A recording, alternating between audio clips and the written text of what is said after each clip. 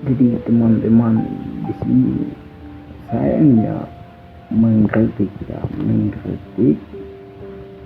ini menjadi kontradiksi, sebetulnya kontroversial, tetapi kita selalu tahu bahwa kita selalu dalam upaya debat atau diskusi setiap waktu ya, kita diskusi, kita selalu menyuarakan tentang kita tidak butuh hal lain, tetapi kita butuh pendidikan, kesehatan, ekonomi, bukan tentang pembangunan infrastruktur dan sebagainya, tetapi tentang human rights, tentang value, tentang justice, keadilan dan nilai-nilai yang harus dihargai, baik itu setara dengan manusia-manusia lain di belahan dunia, hargai harkat dan martabat, dan juga harus derajatkan perkembangan sosial secara pemerataan global, contohnya di institusi kesehatan, pendidikan, dan lain sebagainya.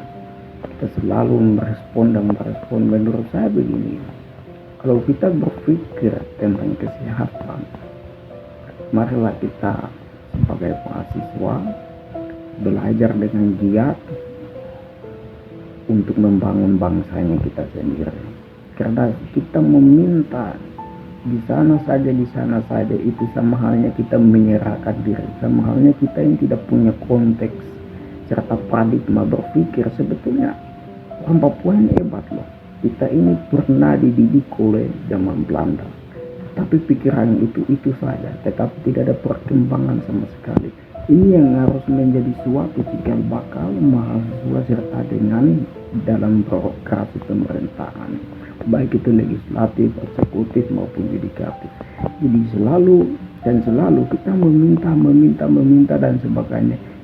Sebetulnya orang Papua ini pernah belajar gak? Mahasiswa kita semua nganggur, banyak yang nganggur, banyak yang masih proses dalam studi, baik itu akademik tingkat tertinggi. Tetapi kalau kita meminta, sebetulnya kita ini punya pikiran gak tentang pembangunan kesehatan, pendidikan? Cobalah kita gunakan semampu kita, skill kita yang ada itu untuk membangun bangsa kita sendiri. Jadi begini analogi saya ambil analoginya itu dalam kehidupan keluarga. Contohnya, analoginya begini, ketika seorang bapak Papua dan mama Papua, dan juga mama Papua itu melahirkan anaknya, tetapi keadaan dalam kelahiran itu pamannya meninggal. Misalkan bapaknya itu kawin dengan orang pendatang, apakah, pertanyaannya, apakah pendatang itu bisa merawat anaknya itu dengan sepenuh hati? Tidak. Yang ada itu hanya pelampiasan amarah, dengki dan sebagainya.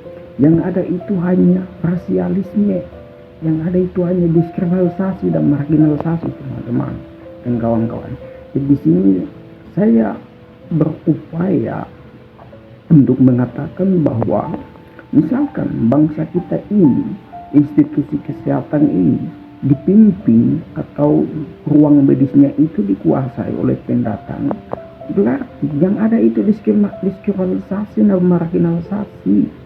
Yang ada itu di situ masyarakat Papua tidak akan mendapatkan perawatan medis secara profesional.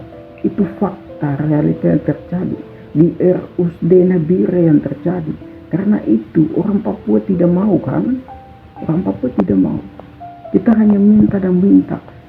Mari kita renovasi, rehabilitasi dan inovasi bangsa kita sendiri dan membangun masyarakat kita sendiri. Bagaimana kita mendesain dan mengkonstruksi bangsa kita sendiri dengan dalam pikiran kita dan paradigma pikiran kita. Karena sama halnya kalau kita minta tenaga kerja, kesehatan, ahli ekonomi, ahli pendidikan datang untuk mengajarkan di Papua, kita minta dan sebagainya. Oh, ini mustahil. Yang ada itu hanya pelecehan. Kita melihat bahwa situasi dan kondisi sedang dalam darurat. Ini bagaimana kita sebagai mahasiswa yang sedang nganggur Mari kita menggunakan pikiran kita ketika kita menduduki di bangku akademik. Apa yang kita praktikkan, belajar dan tulis itu mari kita implementasikan di masyarakat. Itu yang paling penting. Nah, jadi teman-teman, ini bisa menjadi renungan untuk kita semua. Kita sebagai mahasiswa, kita bukan bodoh. Jangan lecehkan diri kita sendiri. Bagaimana berupaya diri kita ini mengelola dalam institusi kesehatan dan pendidikan.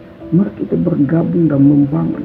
Jangan hanya tunggu money and power, kekuasaan dan uang. Jangan hanya tunggu itu. Bangsa itu merdeka pikirannya ketika mahasiswa itu menduduki di ruang pelajaran. Artinya bahwa bagaimana kita memberi solusi kritik serta dengan bagaimana kita harus mengajarkan dan mengedukasi kepada anak-anak. Itu yang lebih penting, karena kita selalu melihat bahwa kalau kita hanya minta dan minta selalu di pusat Jakarta dan sebagainya ini, saya rasa bahwa kita ini menyerahkan diri. Jangan seperti kita pantai asuhan. Kita ini punya pikiran. Kita pernah dididik oleh zaman Belanda. Ayah saya pernah dididik oleh zaman Belanda loh. Dan juga teman-teman mungkin ada orang tua yang dididik mungkin di zaman Belanda dan sebagainya. Jadi saya rasa bahwa jangan kita menyerahkan diri. Jadi kita ini sebetulnya kita ini mahasiswa atau enggak sih? Sebetulnya kita ini belajar betul atau tidak? Kita hanya bicara banyak tetapi tindakan tidak ada. Mari kita bangun sendiri bangsa kita. Jangan mengkonsumsi pikiran orang lain. Mari kita desain dan definisikan pikiran kita. Bagaimana kita mengkonstruksi bangsa kita. Bagaimana kita rehabilitasi bangsa kita. Dengan dalil utama adalah pikiran, gagasan, ide, dan karya kita. Baik itu melalui seni, baik itu melalui karya serupa gambar, atau melalui intellectuality, atau melalui bidang masing-masing, keahlian masing-masing. Kita bangun dan ajarkan regenerasi kita agar ada pertumbuhan di Papua itu sendiri, teman-teman. Jadi saya rasa bahwa kalau kita meminta saja untuk tenaga pendidikan, untuk tenaga kesehatan, di luar saja kita tidak memanfaatkan anak bangsa yang begitu terlalu visi misinya tinggi, tetapi kita kubur dengan perkataan, kita kubur dengan mimpi-mimpinya itu mereka, dengan bahwa anggap bahwa orang Papua itu tidak mampu, orang Papua itu sumber daya manusianya kurang. Itu namanya kurang ajar itu. Pemerintah seperti ini yang melakukan, pemerintah manapun itu kurang ajar betul. Jadi di sini saya berupaya untuk bagaimana klarifikasi hal ini, karena saya rasa bahwa kita selalu mahasiswa Papua rata-rata ya 99% itu kita selalu bilang bahwa cepat pulang balik ke Papua ini, tidak ada aktivitas dan sebagainya. Cepat kita pulang ke Papua harus ada pengalaman dan sebagainya. Oke, kita boleh nikmati pengalaman dan sebagainya, tetapi kita jangan lupa untuk baca buku. Kita jangan lupa untuk belajar dia. Untuk agar apa? Untuk memajukan bangsa kita. Kalau kita tunggu saja pemerintah bantu-bantu, tidak akan mungkin. Tidak akan mungkin. Kita meminta di luar saja, kita tidak mengelola tenaga kita. Kita tidak lola mindset kita, kita tidak kelola intelektualitas kita itu, etikabilitas kita itu. Kita tidak terapkan nilai-nilai dan apa yang kita tanamkan dalam diri kita, serta dengan patriotik semangat perjuangan untuk membangun Papua dengan pikiran-pikiran bangsa generasinya Papua itu sendiri. Itu baru karya kita, itu baru akan berubah peradaban kehidupan manusia di Papua. Jadi saya rasa bahwa kalau kita minta saja tidak bisa. Jadi mohon maaf kalau ini video serupa ini kalau melecehkan teman-teman atau tersinggung teman-teman, tetapi ini fakta realita yang harus kita gunakan, karena yang situasi yang terjadi di negara RUSD itu banyak masyarakat yang diskriminasi. Karena apa? Orang Papua tidak bekerja di situ. Pemerintah juga harus tahu bahwa mahasiswa yang nganggur itu harus diolah tenaga yang ada. Itu mimpi dan visi misinya mereka itu jangan dikubur dong. Pemerintah juga harus ini tahu. Dan juga bahkan pula mahasiswa Papua juga jangan hanya main-main.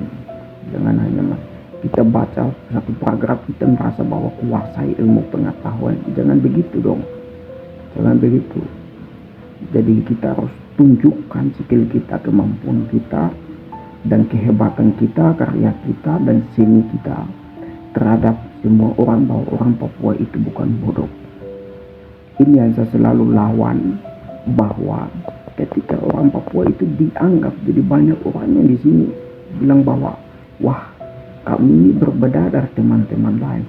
Sebetulnya orang Papua itu bodoh. Saya selalu bilang begitu karena saya emosi dikatakan orang Papua itu bodoh dan sebagainya. Jadi kita melihat bahwa realitas sosial yang terjadi, orang Papua itu seolah-olah orang Papua yang hebat itu dianggap aneh gitu. Sebetulnya menurut saya, wow, ini bahaya.